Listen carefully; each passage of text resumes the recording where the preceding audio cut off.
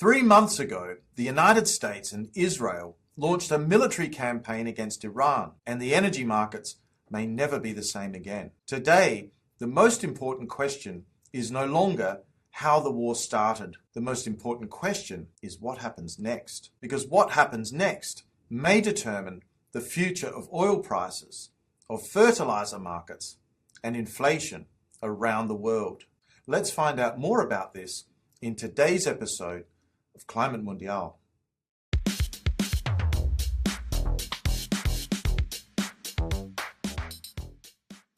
When the campaign began, 4 broad military and political objectives were in play for the United States and Israel. The first was regime change. The second was disabling Iran's ballistic missile capability. The third was ending Iran's support for regional allies and partners. The fourth was destroying Iran's nuclear enrichment program. 3 months later, it is worth asking a simple question. Just how many of these objectives have actually been achieved? Let's assess the results from where we stand today. The Iranian government remains in power. That is something we know. Iran continues to possess ballistic missile capabilities. Nothing has changed there. In fact, it is the threat of Iran's precision missiles that keeps it in control of Hormuz. Its regional relationships remain intact, and there is little evidence that Iran's nuclear enrichment knowledge has actually disappeared. Reasonable people can debate the extent of the damage inflicted, but it is difficult to argue that the original military objectives have actually been fully achieved. That matters because the outcomes of wars are ultimately judged against their objectives, not against the rhetoric. Next, let's look at Iran's objective.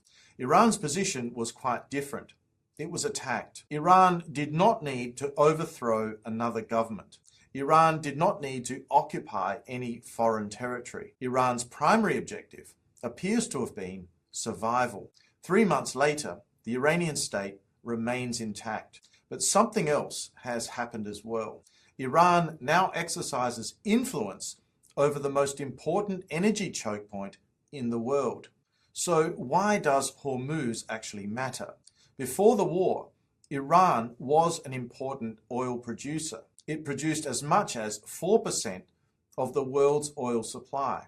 Today, however, it has influence over the route through which roughly 20% of global oil normally flows. So Iran now controls around 20% of world oil, up from 4% as it was on the 28th of February 2026. And that changes the strategic picture completely. The question is no longer simply what happens inside Iran. The question is what happens to the global economy. So therefore, why is a peace deal so difficult? Many people assume that a peace agreement is ultimately inevitable.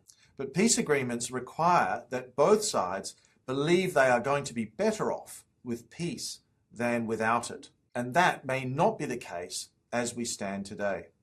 For the United States and Israel, a settlement could lock in outcomes that fall well short of the original objectives. Settling for peace now would mean locking in a loss.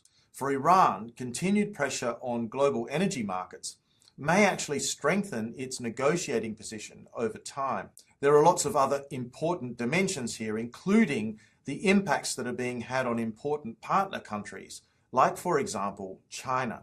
That does not mean that peace is impossible, but it does mean that peace may be harder than many observers expect. This is where energy markets become very important. The longer disruptions continue, the more inventories are depleted. The more inventories are depleted, the less capacity exists to absorb future shocks. Energy companies are already warning that these buffers are being steadily reduced. That means oil markets may remain vulnerable even if military activity declines while the peace process stalls. And oil is only part of the story.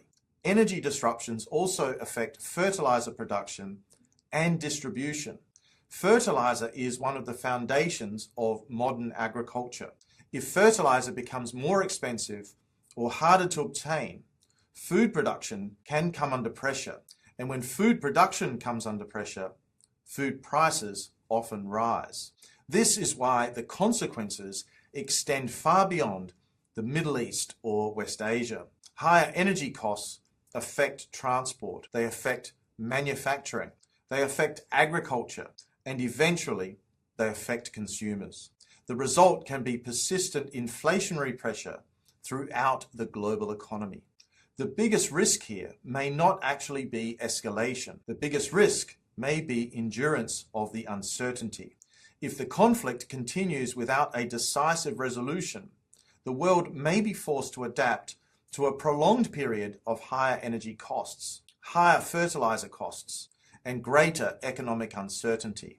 The longer this situation persists, the more important these economic consequences then become. 3 months ago, many people viewed this conflict primarily through a military lens. Today, it may be more useful to view it through an economic one, because the most important question here is no longer who fired which missile. The most important question is whether the world economy can adapt to a new reality in the Strait of Hormuz. And that question, for now, remains unanswered. Subscribe to the channel for more on energy and geopolitics. Thanks for watching, and I look forward to seeing you in the next episode of Climate Mundial. Bye for now.